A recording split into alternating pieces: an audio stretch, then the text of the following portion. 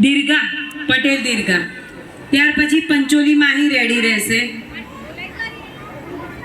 મારું નામ દીર્ઘા છે.